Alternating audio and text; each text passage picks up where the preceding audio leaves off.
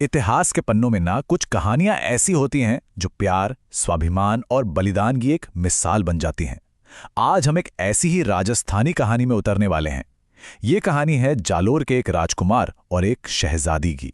तो देखिए, हमारी कहानी की शुरुआत होती है सुल्तान अलाउद्दीन खिलजी के दरबार से, और वो भी इस तीखे जवाब के साथ।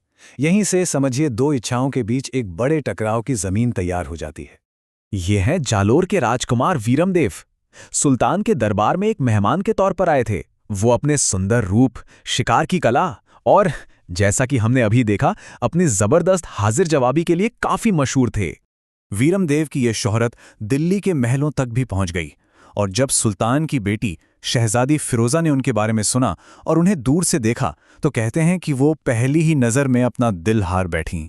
वो सीधा अपने पिता के पास गईं और एक ऐसी जिद पकड़ ली जिसने उन घटनाओं की शुरुआत कर दी जो आखिर में एक भयानक जंग का सबब बनी।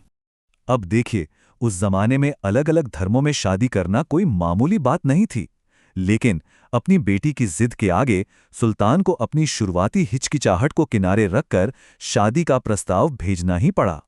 और असल में यही हमारी कहानी का सबसे बड़ा और अनसुलझा संघर्ष है। एक तरफ फिरोजा की जिद थी कि शादी होगी तो वीरमदेव से ही, और दूसरी तरफ था वीरमदेव का प्रण। वीरमदेव ये अच्छी तरह जानते थे कि दिल्ली के दरबार में सीधा सीधा मना करने का मतलब है मौत। तो उन्होंने क्या किया? उन्होंने बड़ी होशियारी से हां करने का नाटक किया, शादी की तैयारियों के लिए पैसे भी लिए और सीधे जालोर लौटकर आने वाली जंग की तैयारी में जुट गए। जाहिर है, सुल्तान इस धोखे से आग बबूला हो गए। उन्होंने फौरन अपनी बहुत बड़ी सेना जालोर पर कब्जा करने के लिए भेज दी। जालोर का किला, जिसे कोई जीत नहीं सकता था, उसे घेर लिया गया। तो बात यह है कि अलाउद्दीन अपनी ताकत से किले को भेद नहीं पा रहा था, इसलिए उसने चालाकी का सहारा लिया, और इसी चालाकी से जन्म हुआ एक मशहूर कहावत का। हुआ ये कि जब अगले दिन एक व्यापारी अपने बीज बेचने पहुंचा, तो उसे कहा गया कि भाई, अब तो मौका हाथ से निकल गया, सुल्तान को जो चाहिए था वो तो उसे मिल चुका है। मतलब राई का भाव तो रात में ही चला गया।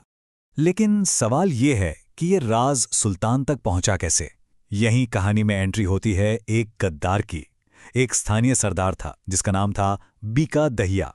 वो अपनी पत्नी हीरा दे के पास घर लौटा।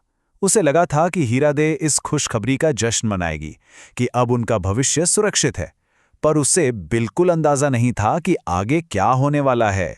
अपने पति के गद्दारी के बारे में सुनकर हीरा दे सन्न रह गईं।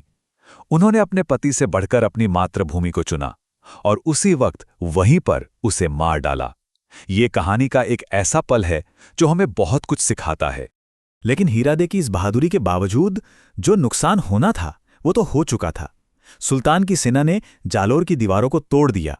फिरोजा ने तो गुहार लगाई थी कि वीरमदेव को जिंदा पकड़ा जाए, लेकिन जंग की उस अफरा-तफरी में ये हो नहीं सका।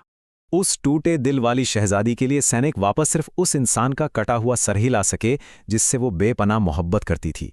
और ये जो है ना, ये फिरोजा की पूरी कहानी का दर्द बयां करता है। कहा जाता है कि जैसे ही वो पास आईं, उस सिर ने आखिरी बार उनसे मुंह फेर लिया। अपने इस दुख में फिरोजा ने वीरमदेव के सिर का अंतिम संस्कार किया और फिर खुद यमुना नदी में समा गईं। उन्होंने भी अपनी जिंदगी खत्म कर ली और मौत में उस इंसान के पास चली गईं जिसे वो जिंदगी में हासिल नहीं कर सकीं।